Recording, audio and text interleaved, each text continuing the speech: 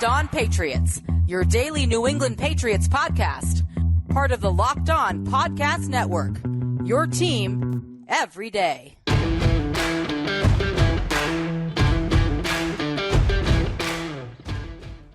Hello to all of you Foxborough faithful. You are now locked into the Locked On Patriots podcast. It is Tuesday, March 15th, the Ides of March, and free agent frenzy is rampant in the NFL right now. But folks, for your New England Patriots, it's all about a tale of two trades, and we'll break them down for you here today on your daily home for news, notes, and analysis, infused with the occasional opinion on your six-time Super Bowl champions, the New England Patriots. And of course, Locked On Patriots fans, thank you so much for making Locked On Patriots your first listen every day. Remember, Locked On Patriots is free and available on all platforms, including YouTube. And speaking of YouTube, thank you very much for putting up with some of the video difficulties that we had today, but we're still bringing you live content right here on YouTube and across all podcasting platforms. I am your host, Mike Debate. I cover your New England Patriots for Patriot Maven of Sports Illustrated. Please feel free to reach out to me, interact with me, let me know what's on your mind on Twitter at MDABATENFL. While you're out there doing some Tuesday traveling through the Twitterverse, please be sure to follow the Locked On Patriots account as well at LO_Patriots. Pats fans, it has definitely been an interesting 24 hours for your New England Patriots. Gone is J.C. Jackson. Gone is Ted Karras. But the New England Patriots are also maintaining some of their homegrown talent, such as Matthew Slater, Devin McCourty, James White, Nick Folk. These players are back with the New England Patriots for one more go-round, at least in 2022.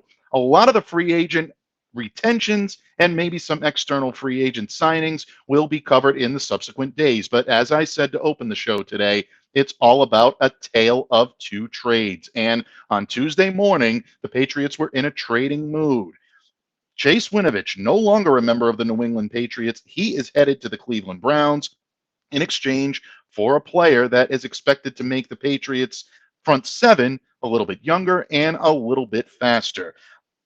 Mack Wilson comes over from the Cleveland Browns in this trade. And folks, this is definitely a good trade for both sides. I'll be breaking this one down in just a moment. Of course, let's not forget that the New England Patriots also made a trade in the latter part of the day as well. And that is trading all-pro guard Shaq Mason to the Tampa Bay Buccaneers. Shaq gets to reunite with Tom Brady down in Tampa, and the Patriots will be receiving a fifth-round selection in its stead. This was more of a cap creation than anything else, folks, and I will be breaking this one down in just a little bit. But of course, because it's a tale of two trades, New England always has its eye on something greater. Do they have their eye on something greater this week or in the subsequent days? Well, the jury's still out on that. At the time I'm recording this podcast, the other shoe has yet to drop. But as Michael Corleone would once say, there are things being negotiated that'll solve all your problems and answer all your questions. That's all I can tell you about my business right now. However, what I would like to tell you about before we break down these two trades is our good friends over at rockauto.com, because in these trying times, especially at the pump, you're looking to save any type of money that you can when it comes to all of your automotive needs. Well, the good news is, folks, is you can save time and money when using rockauto.com. Why choose to spend 30, 50, even 100% more for the same parts from a chain store or a car dealership? Just go to my good friends at rockauto.com. If you're a do-it-yourselfer like me, they have everything that you need, from brake parts to tail lamps, motor oil, even new carpet. Rock Auto is a family business serving do-it-yourself customers for over 20 years. Rock Auto prices are reliably low, and they're low for every customer. It doesn't matter if you're an industry insider or someone that is, like me, a do-it-yourselfer. Your prices are fixed, and they're always low. So go explore their easy-to-use website today to find the solution to your auto parts needs. Go to rockauto.com right now and see all the parts available for your car or truck. Write Locked On in there, "How did you hear about us?" box, so they know we sent you.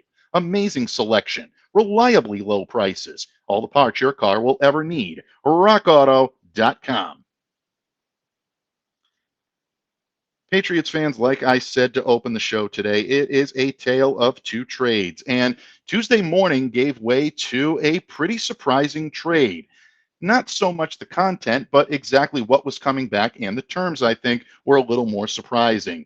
And today, after all, was the Ides of March. It began with a trade for the New England Patriots, as the Patriots are reportedly set to acquire linebacker Mack Wilson from the Cleveland Browns in exchange for fellow linebacker Chase Winovich. That's right, Chase off to Cleveland, Mack Wilson to New England. And it was first reported by the NFL Network's Tom Pelissero. It's not expected to include any additional players or commodities. So far, it looks like a straight up player for player swap. And this shouldn't come as a huge shock to a lot of Patriots fans. Winovich was New England's third round selection in 2019, came in with a lot of hype, a lot of expectation. During his 3-year tenure in Foxborough, he appeared in 46 regular season and playoff games combined.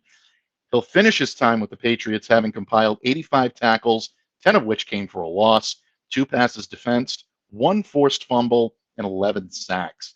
That includes a team high 5.5 sacks in 2020. So Chase came in with that high motor. He was expected to be someone that could chase down the ball. And his energy, his personality, we all fell in love with it. That was what made him a fan favorite here in New England. And when he's at his best, he brings that nonstop motor to the edge, the outside linebacker. That's exactly what we thought Chase Winovich was going to be here.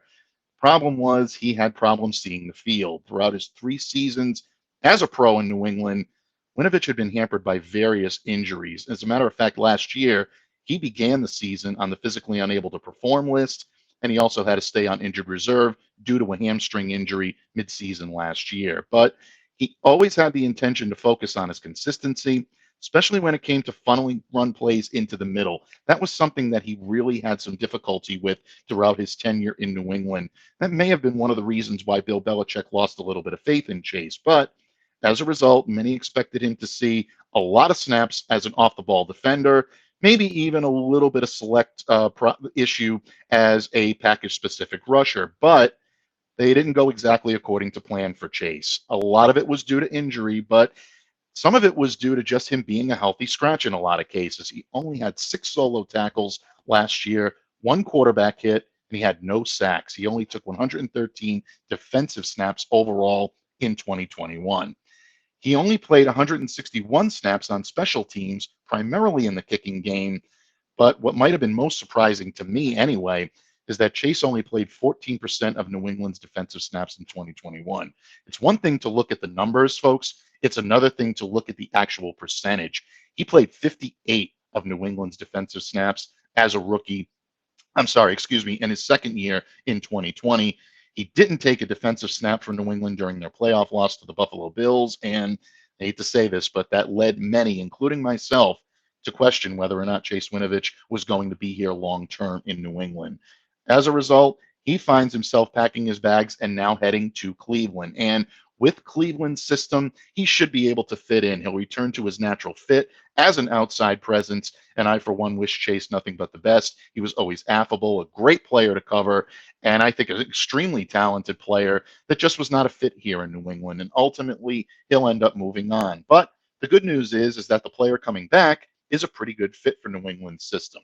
Mack Wilson began his career as a 5th-round selection by the Cleveland Browns in 2019. Alabama guy, so definitely some synergy there with the Nick Saban Alabama Patriots connection. Mac Jones already reached out to him on Twitter and said, "Let's work, buddy. These guys are ready to roll." But he played 14 games in his rookie season, and Mac really became a very prominent rookie for the Cleveland Browns. 82 total tackles, 4 of which came for a loss, 7 passes defensed, 1 forced fumble, 1 sack, 1 interception. He earned a starting spot along Cleveland's defensive front in 2019 when he was a rookie. But Wilson's playing time started to steadily begin to dip over the past few seasons. Went from 88% in 2019, his rookie year, most productive year, down to 43% in 2020, and finally only 21% last year in 2021. Now, some of that was because of the rotational issues that Cleveland had. They had a logjam at the position, several players that helped, kind of take Cleveland's defense to the next level. And as a result, Wilson kind of find himself on the outside looking in. There was also some time that he had on injury as well. In each of his last two seasons, he only missed 3 games throughout the year, but that had been due to an ongoing knee injury, which he suffered in 2020. And during the 2021 preseason, Wilson was dealing with a shoulder injury as well. So some time on the injury list over the course of the last couple of years, missing at least 3 games in each of those 2 seasons. That's something to monitor and to keep an eye on moving forward, folks. But ultimately, this move was also made with some financial considerations as well. It's a relatively low risk for the Patriots to take on Mack Wilson's contract. For example, he carries only $77,201 in dead cat money. That makes it very easy for the Patriots to move on from him, even if the union with him doesn't quite work up to their expectation. On the other hand, if the Patriots are to go ahead and to make this move and keep it solid, they do lose at this point. They will lose at least $1.6 million in cap space. According to our good friend Miguel Benzon, who joined me here on Friday, the Patriots cap number at the time of the trade lowered to $6.8 million, actually $6,843,445. And Wilson's salary for the 2022 season is going to be 2.54 million guaranteed. It's excuse me, 2.54 million. That's compared to Chase Winovich's 965,000. You might be asking yourself, why is that? So the reason for it is that Winovich didn't log enough playing time to earn a raise in the final year of his rookie contract. That is via the NFL's proven performance escalator. On the other hand, Wilson did. So that will give him the pay raise, and it prevented Chase from getting his own. So it's not quite a like for like salary swap. That comes with a little bit of a higher price tag, but in my opinion, a little bit of a higher ceiling, because even though there's some uncertainty, there's a lot of upside in bringing Mack Wilson aboard in New England. Patriots want to get younger. They want to get faster at the linebacker position. He's clearly going to help them do that. And in New England's system, I expect Mack Wilson to project as an inside linebacker. He's going to play off the ball, but he'll be on the inside. And Wilson, I think, has the speed and athleticism to earn a starting position in New England. He joins Raekwon McMillan, Jelani Tavai, Terez Hall, Cam McGrone, and potentially even Anthony Jennings, his college teammate at the University of Alabama, on the inside. And the linebackers depth chart for 2022 all of a sudden is looking pretty interesting. I think Mack Wilson has an opportunity to make an impact on this defense, but we'll see when the season begins. It's really going to depend a lot on how he's used and how he's able to make it through training camp. So ultimately, Mack Wilson comes over. We say goodbye to Chase Winovich. I like this trade for both sides. I think Winovich gets a fresh start, which he desperately needed. And I also think that what this does for the New England Patriots and bringing Mack Wilson aboard, it helps them get younger and faster. And ultimately, that was the goal here. But the New England Patriots were not done wheeling and dealing just yet, because if Winovich's trade was a little bit surprising, folks, well, then the next trade that I'm about to share with you really shocked everybody. Shaq Mason on his way to Tampa Bay, one of the Patriots' best offensive linemen, going to the Buccaneers for only a fifth-round draft selection in return. Why did the Patriots do this, and what does it mean for their offensive line? I'll discuss that in just a moment. But first, I wanted to take a moment to discuss my good friends at betonline.net with you, because as we know, it's that time of year again. College basketball's big tournament finally upon us. And from all the latest odds, contests, player props, BetOnline is the #1 source for all of your sports betting needs and information. BetOnline remains the best spot for all of your sports scores, podcasts, and news this season. And it's not just basketball, folks. BetOnline is your continued source for all of your sporting wagering information needs. That includes live betting and your favorite Vegas casino games. Head to the website today or use your mobile device to learn more about the trends and action. BetOnline, where the game starts. Pats fans, thank you once again for joining me on a Tale of Two Trades Tuesday. And there's been a lot of buzz surrounding the Patriots' free agency or lack of moves so far. We're going to be discussing that in the subsequent days and weeks here on Locked On Patriots. But today's all about the trading. And if you thought Chase Winovich's trade to Cleveland was a little bit surprising, Well, then Shaq Mason's trade to the Tampa Bay Buccaneers for only a fifth-round selection probably raised your eyebrow a lot more. But when you look at what the New England Patriots did here, I believe that this is a precursor to a much bigger move. Again, at the time I'm recording this podcast, no other shoe has dropped. But you can definitely make the argument that the Patriots are clearing space for something big. The New England Patriots have taken a conservative approach, a quiet approach, if you will, to free agency thus far. But they made this shocking splash on Tuesday afternoon. Multiple reports indicated Mike Garafolo of NFL Network, Andrew Callahan of the Boston Herald were among the first to report that offensive lineman Shaq Mason was on his way to the Tampa Bay Buccaneers for a fifth-round draft selection, and the Patriots moving on basically for financial reasons, really no other reason. Shaq is still playing at the top of his game. This one was a move to create cap space, folks. And Tampa loves it. They lost their starting guards. Now all of a sudden, Shaq Mason comes in. He's reunited with his old teammate, Tom Brady, who unretired, as you know, over the weekend. Murph and I talked about that a little yesterday here on the pod. Now, the financials were a little bit confusing early on. Jeff Howe of The Athletic, a guy that I have the utmost respect for and also the utmost confidence in, reported that the Patriots were freeing up close to $7 million in cap space. But as you know, my good friend, the Pats cap himself, Miguel Benzon, reported that the cap clearance was actually closer to $6.3 million when you account for the approximate $825,000 in salary of the player that's going to replace Shaq on the top 51 list. Now, the Patriots are going to take on some dead money as well, but Tampa Bay is going to take on some dead money in this, including helping the Patriots free up $8.875 million in cap space coming up for 2023. So financially, Patriots made sense in making this move, but logistically, they're definitely putting themselves at a disadvantage. Look, bottom line, the moment Ted Karras reportedly agreed to a 3-year, $18 million deal with the Bengals yesterday, my first thought process is Mason absolutely needs to come back with Karras gone. He demonstrated in 2021, in my opinion, why he's still one of the most effective offensive linemen in the league, definitely in the conference. He's been a run blocking force for the Patriots pretty much all of his career, but he also showed a great deal of prowess in pass protection. According to Pro Football Focus, he only let up 1 sack, 18 pressures.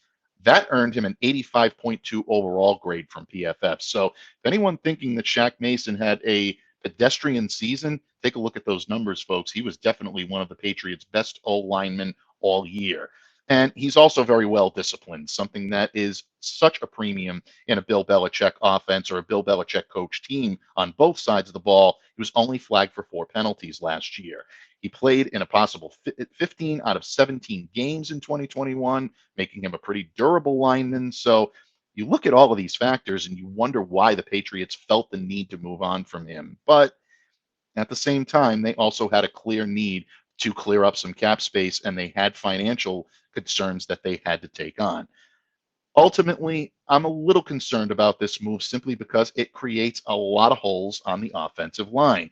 2 major voids at the guard position right now. Ted Karras, your starting left guard, he's gone.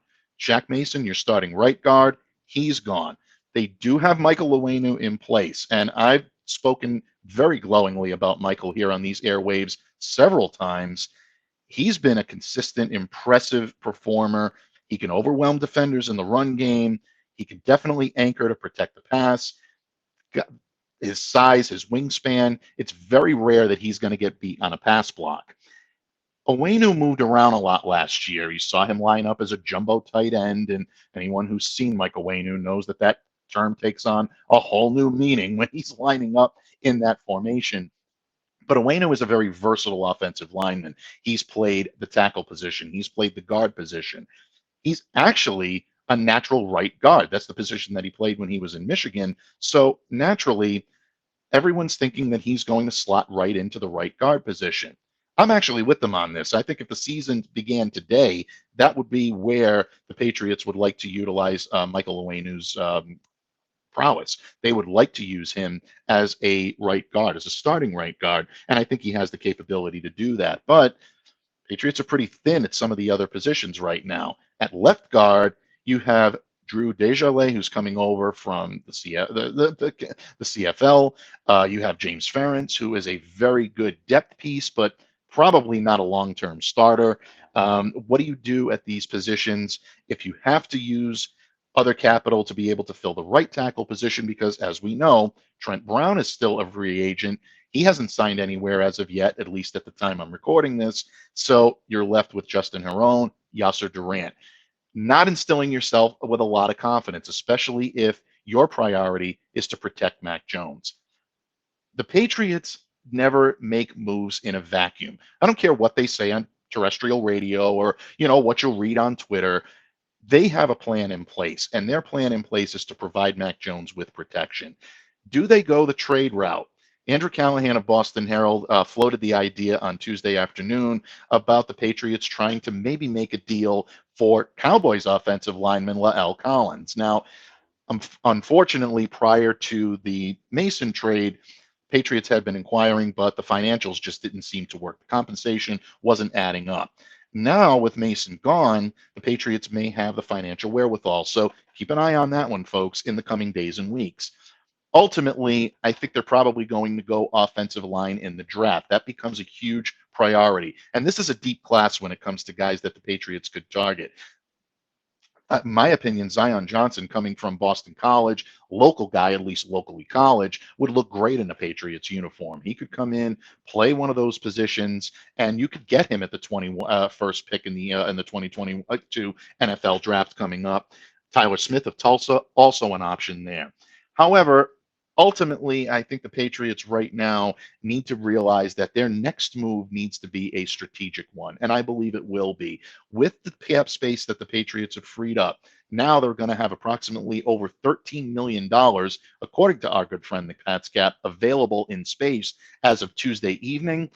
Patriots are going to have to put that to good use. They do have some needs. Will they go out and shore up that offensive line? Are they clearing some cap space for a pass catcher? I'd probably err more on the side of they're looking to offensive line help or shoring up the defense or maybe even upgrading the running game rather than going after that big prolific wideout. But there's always the chance that the Patriots may prove me wrong. Right now, this looks like a move that may have awoken the sleeping giant in New England. And if that's indeed the case, things are about to get pretty interesting here in New England and the surrounding areas in the coming days and weeks. So as I like to say, folks, keep a sharp eye on the New England Patriots. Things may have only just begun. Pats fans, thanks so much for joining me here today on this little bit of a bridged version of the Locked On Patriots podcast. And again, my deepest apologies for some of the video problems that we've had.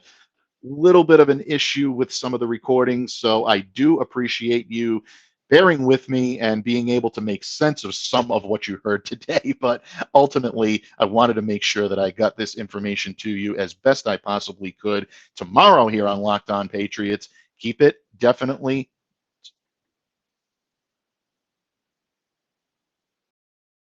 sharp eye time here on Locked On Patriots, because joining us on the Wednesday time slot is our good friend, the resident lady of Locked On, my good friend Claire Cooper from Pats Propaganda and Full Press Coverage Patriots. And we'll be talking some of the Patriots free agent moves. We'll also be talking about curious move that happened over the weekend and Jakob Johnson not getting the first or I should say second round tender to stay with New England. He joins the open market.